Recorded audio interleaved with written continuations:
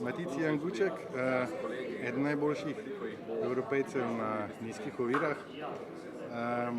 Kako je sploh iti na prve olimpijske igre?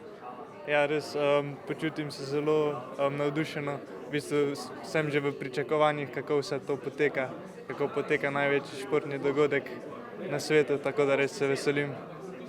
Ja, kaj pa olimpijska vas, pa srečanje z vsemi drugimi vrhunskimi športniki, ne vem, v obedovalnici, v jedilnici, bo sedel skupaj, ne vem, z Novakom Djokovičem ali pa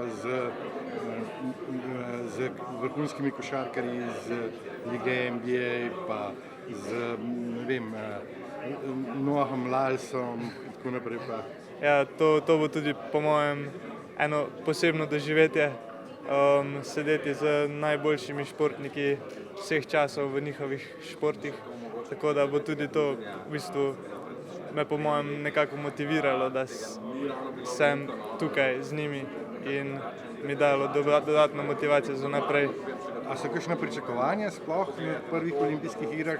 Primož Kozbus je bil namreč na svojih prvih olimpijskih igrah v Sydneyju 38. izpadel v kvalifikacijah, potem pa vemo, kaj je naredil za zlato olimpijsko kolajno. Ja, v bistvu glede na letošnje rezultate si želim, da bi mi uspelo priti v polfinale.